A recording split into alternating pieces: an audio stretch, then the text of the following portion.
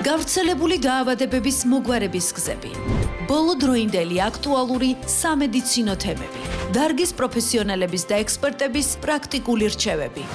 ეთერშია გადაცემა თეთრი ხალათი.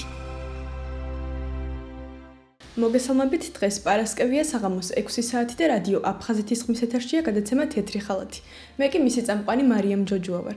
ჩვენი დღევანდელი სტუმარია ჯოინის საუნივერსიტეტო ჰოსპიტალის ექიმი, მოზრდილთა კარდიოლოგი, ასევე ევროპის უნივერსიტეტის მოწვეული ლექტორი ქალბატონი ლანა გუგუჩია. მოგესალმებით, ქალბატონო ლანა, დიდი მადლობა მობრძანებისთვის. მოგესალმები მარიამ, მადლობა თქვენ მოწვევისთვის, მივესალმებით თქვენ რადიო მსმენელებს. დღევანდელი ჩვენი სასაუბრო თემა იქნება წინაგულთა ფიბრილაცია და მოდით ქალბატონო ლანა დავიწყოთ საუბარი ზოგადად რას წარმოადგენს წინაგულთა ფიბრილაცია? კი ბატონო. წინაგულთა ფიბრილაცია ეს არის გულის რითმის დარღვევის ერთ-ერთი ყველაზე გავრცელებული ფორმა, რომელიც ხალხში უფრო მეტად არის ცნობილი როგორც მოციმციმე არითმია.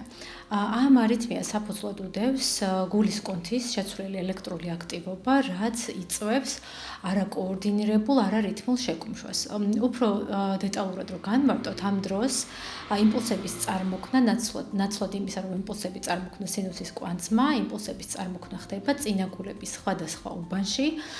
ეს იმპულსები არ არის რითმული, როგორც უკვე აღნიშნეთ, შესაბამისად ვერ ხდება წინაგულების ეფექტური შეკუმშვა და იქმნება პირობა წინაგულებში სისხლის შეგუბების, თრომბული მასის ჩამოყალიბების და შემდგომში უკვე შესაძლებელია ამ თრომბული მასის გადასროლა წინაგულიდან რომელიმე ორგანოში, ამ ორგანოს არტერიის სანათურის დახშობა და შემდგომ უკვე გართულებების განვითარება და ერთ-ერთი ესეთი ხშირი გართულება სამწუხაროდ ეს არის ინსულტი.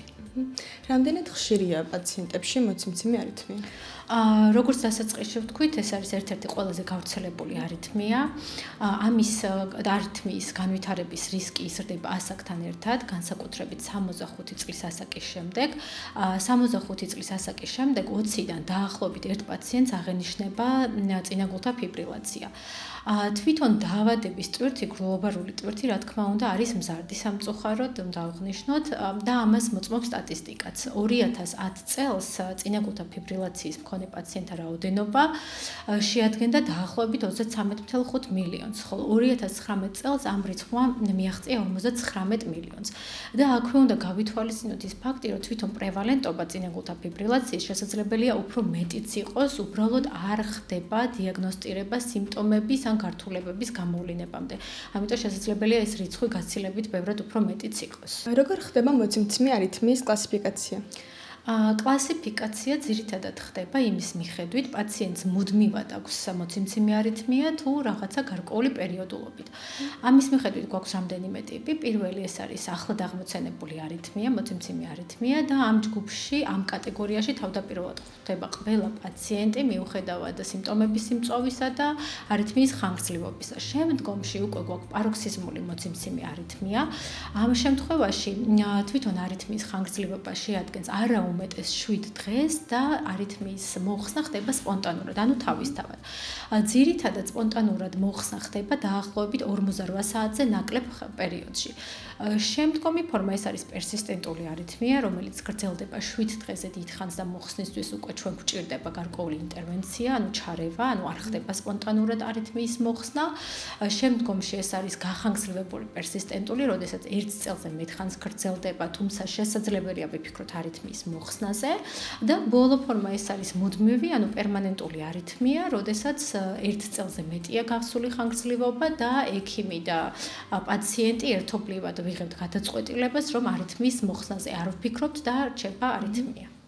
გამომწვევ მიზეზებზე რომ ვისაუბროთ, ძირითადად რა იწვევს წინაგულთა ფიბრილაციას? კი ბატონო, გამომწვევი მიზეზი არის მრავალი, ანუ საკმაოდ ბევრი მიზეზი ასოცირდება წინაგულთა ფიბრილაციის განვითარებასთან. შეგვიძლია დავყოთ კარდიალურ და არაკარდიალურ მიზეზებად. კარდიალურში შეგვიძლია გამოვყოთ სტენოკარდია, მიოკარდიუმის ინფარქტი, გულის სარქლოვანი დაავადება, აგრეთვე გულის უკმარისობა. არაკარდიალური მიზეზებიდან ეს შესაძლებელი იყოს ფარისებრი ჯირკვლის დისფუნქცია, დისფუნქცია, შაქრიანი დიაბეტი, ობსტრუქციული ძილისაპნო, ეს რომ განმარტოთ, ეს არის, როდესაც პაციენტები ძილის დროს აჩერებენ სუნთქვას. გარდა ამისა, წინაკუთა ფიბრილაციის რისკი იზრდება ალკოჰოლის, თამბაქოს, ნარკოტიკის მოხმარების შემთხვევაში და არსებობს ესეთი ფორმა, როდესაც ესეთი რაღაცა გარკვეული, ესეთი განმაპირობებელი წინაპირობა წინაკუთა ფიბრილაციის არ გვაქვს და ამას ვუწოდებთ ეულ მოცემცემი არითმიას. ძირითადად რა სიმპტომებით ვლინდება წინაგულთა ფიბრილაცია? სიმპტომებიც საკმაოდ ისეთი ფართოა, შესაძლებელია იყოს სპეციფიური ტიპიური სიმპტომი, რომელიც უშუალოდ უკავშირდება ამ არითმიას, ასევე შესაძლებელია გამოვლინდეს არასპეციფიური სიმპტომებით. შესაძლებელია ისეთი შემთხვევებიც, როდესაც პაციენტი საერთოდ არის ასიმპტომური, თუმცა შემთხვევათა 90%-ში სხვადასხვა სიმწვავით ახასიათებს სიმპტომები. ტიპიური ეს არის გულის ფრიალი, გულის თემის აჩქარების შეგრძნება, არარეგულარული პულსი, ასევე შესაძლებელია იყოს თავბრუსხვევა, საერთო სიზუსტე, შესაძლებელია იყოს დისკომფორტი გულმკერდის არეში, ადვილად დახლა, ეს რა თქმა უნდა არასპეციფიური. ასევე წინაკუთა ფიბრილაციის მქონე პაციენტებს აქვთ მომატებული შფოთვის, დეპრესიის განვითარების რისკი და კვლევები გვიჩვენებს, რომ ქალებში უფრო მეტად, უფრო მწვავედ არის ეს სიმპტომები გამოხატული და შესაბამისად მათი ცხოვრების ხარისხი, რა თქმა უნდა, უარესია მამაკაცებთან შედარებით. თვითონ გავრცელება ესე ქალებსა და მამაკაცებს შორის ფაქტიურად თანაბრად არის, ესე ვერ გამოვყოფთ რომელიმე სქესს. რამდენად სერიოზულ პრობლემას წარმოადგენს მოცემცემი არითმია? რა თქმა უნდა, ეს არის სერიოზული პრობლემა, რადგან ასოცირდება გართულებების ფართო სპექტრთან, გარდა ამისა ასოცირდება ჰოსპიტალიზაციის სიხშირის გაზრდასთან და თვითონ სიკვდილობის გაზრდასთან. 2017 წლის მონაცემებით მსოფლიო მასშტაბით 250,000 შემთხვევა უკავშირდება სიკვდილობა უკავშირდება წინაგულთა ფიბრილაციას. გართულებების მხრივ უნდა აღვნიშნოთ პირველი ეს ერთ-ერთი გავრცელებული გართულება, ეს არის გულის უკმარისობა. პაციენტთა წინაგულთა ფიბრილაციის მქონე პაციენტთან დაახლოებით ნახევარში რაღაც ეტაპზე რთულდება გულის უკმარისობით. შემდეგი გართულება ეს არის უკვე იშემიური ინსულტი, სხვადასხვა თრომბოემბოლიური გართულებები, ამიტომ რა თქმა უნდა ეს არის სერიოზული პრობლემა, საჭიროებს ინსულტის, თრომბოემბოლიური გართულებების პრევენციას, გულის უკმარისობის შესაბამის მკურნალობას და გარდა ამისა მნიშვნელოვანია აგრეთვე თანმხლები დაავადებების მკურნალობა. დროული გამოვლენა რა თქმა უნდა თანმხლები დაავადებების და რისკ ფაქტორების და შემდგომში უკვე მათი მკურნალობაც, რომ გავაუმჯობესოთ პაციენტის სიცოცხლის ხარისხი, შევამციროთ ჰოსპიტალიზაციის სიხშირე და რა თქმა უნდა გაუმჯობესდეს პაციენტის ზოგადი მდგომარეობა. დიაგნოსტიკურ მეთოდებზე რომ გადავიდეთ, როგორ ხდება წინაგულთა ფიბრილაციის დიაგნოსტიკა? დიაგნოსტიკა პირველ რიგში რა თქმა უნდა ეს არის პაციენტის სამედიცინო ისტორიის შეკრება, როგორც უკვე ვთქვით, რისკ ფაქტორების თანხლები დაავადებების გამოვლენა, დიაგნოსტიკური გამოკვლევა და რა თქმა უნდა საფუძველი და დიაგნოსის საფუძველი ეს არის ელექტროკარდიოგრამა, რომელიც უნდა გადავიღოთ ყველა პაციენტში, ყველა სიმპტომურ პაციენტში და აგრეთვე ასიმპტომურ პაციენტებში, რომელთანაც არარეგულარული პულსის გამო არის იწვი წინაგულთა ფიბრილაციის არსებობაზე. ამის შემდგომ რა თქმა უნდა გვჭირდება რუტინული ტესტები, როგორც უკვე ვთქვით, თანხლები დაავადებების გამოსავლენად, ეს შეიძლება იყოს სისხლის საერთო ანალიზი, თირკმლის ფუნქციური მაჩვენებელი, კრეატინინი, ფარისებრი ჯირკვლის ფუნქცია, გლიკოზირებული ჰემოგლობინი, ელექტროლიტები.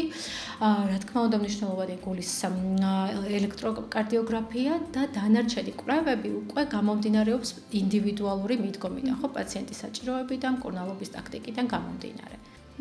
და საბოლოოდ რო გითხრათ, როგორია მკურნალობა და მკურნალობის შედეგები? კი ბატონო, მკურნალობა ზოგადად არის ორი სტრატეგია, ხო? ეს არის ან რითმის კონტროლი, ან სიხშირის კონტროლი.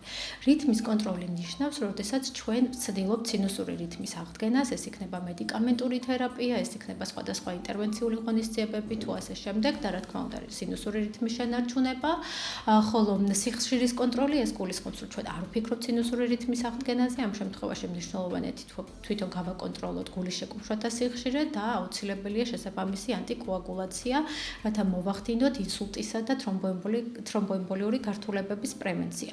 აქვე მნიშვნელოვანია თვითონ ცხოვრების წესის შეცვლა, რეკომენდაციები, ეს მკურნალობა არ მოიცავს მხოლოდ რა თქმა უნდა ფარმაკოთერაპიას, ეს მოიცავს ცხოვრების წესის რეკომენდაციებს, ეს მოიცავს ფსიქოსოციალურ მხარდაჭერას, მნიშვნელოვანია ჯანსაღი ცხოვრების წესი, ფიზიკური აქტივობა, აგრეთვე ეს არის თამბაქოს, ალკოჰოლის მიღება მიღების შეწყვეტა, რადგან როგორც უკვე ვთქვით, ეს არის ერთ-ერთი რისკ ფაქტორი არითმიის განვითარების და მნიშვნელოვანია აგრეთვე თანხლები დაავადებების მკურნალობა, ხო?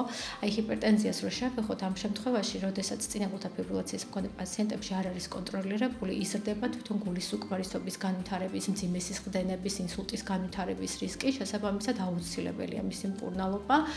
ჩვენთვის სამბიზნეს სისტოლური არტერიული წნევა, ეს არის 120-129 მმ ვერცხლისწყლის სვეტისა. იმ შემთხვევაში, თუ პაციენტი არის მეტი 85 წლის ასაკზე, აქვს გამოხატული საერთო სისუსტე, ვერ იტანს ანტიჰიპერტენზიულ მედიკამენტებს, ამ შემთხვევაში შეგვიძლია ვთქვათ, რომ სისტოლური ნაკლები 140 მმ ვერცხლისწყლის სვეტისა, ხოლო დიასტოლური ოპტიმალური ეს არის 70-79. თვითონ ეს მნიშვნელობა ამის რამდენად მნიშვნელოვანი არტერიული ჰიპერტენზიის მართვა ამას გვიდასტურებს ეს ფაქტიც, რომ სისტოლური არტერიული წნევის 5 მმ ვერცხლისწყლის წვეთის შემცირება ზოგად კარდიოვასკულურ მოვლენებს გვიმცირებს 9%-ით და დამეთანხმებით ეს საკმაოდ დიდი მაჩვენებელია. გარდა ამისა, ეს იქნება შაქრიანი დიაბეტის მართვა, ანუ თანხლები დაავადება აუცილებელია გულის უკმარისობის შესაბამისი მკურნალობა, ეუვალემიური მდგომარეობის მიღწევა და უკვე დანარჩენია ზოგადი რეკომენდაციები. რა თქმა უნდა, მნიშვნელოვანია დროული მიმართვა, მნიშვნელოვანია დროული დიაგნოსტირება და დროული დიაგნოსტირების შემთხვევაში, რა თქმა უნდა, ზოგადი მდგომარეობა და გამოსავალი იქნება ბევრად უკეთესი. აქვე უნდა აღვნიშნოთ ინტერვენციული ჩარევა, გარდა მედიკამენტური თერაპიისა, როგორც უკვე ვთქვით, ეს შესაძლებელი იყოს ინტერვენციული გზით, ეს არის კათეტერული აბლაცია. ეს რა თქმა უნდა, ყველა პაციენტში წინაგულთა ფიბრილაციის მქონე ყველა პაციენტში არ არის რეკომენდებული, ამის გადაწყვეტილებას იღებს ექიმი პაციენტთან შეთანხმებით. ეს არის პროცედურა, ინვაზიური პროცედურა, როდესაც სპეციალური კათეტერით შედიან გულში და ხდება ამ არითმიის წარმოქმნელი უბნის ან მოყინვა, ან მოწვა. დიდი მადლობა ქალბატონო ლანა მობრძანებისთვის და ამ საინტერესო თემაზე საუბრისთვის. დიდი მადლობა თქვენ მოწვევისთვის, ჯანმრთელობას გისურვებთ. დიდი მადლობა. ამით ჩვენი გადაცემა დასრულებულია. შეგახსენებთ, რომ ჩვენი სტუმარი იყო ჯოენის საუნივერსიტეტო ჰოსპიტალის მოზრდილთა კარდიოლოგი ქალბატონი ლანა გუგუჩია. შევხვდებით შემდეგ პარასკევს საღამოს 6 საათზე. გავრცელებული დაავადებების მოგვარების გზები. ბოლოდროინდელი აქტუალური სამედიცინო თემები. დარგის პროფესიონალების და ექსპერტების პრაქტიკული რჩევები. ეთერშია გადაცემა თეთრი ხალათი.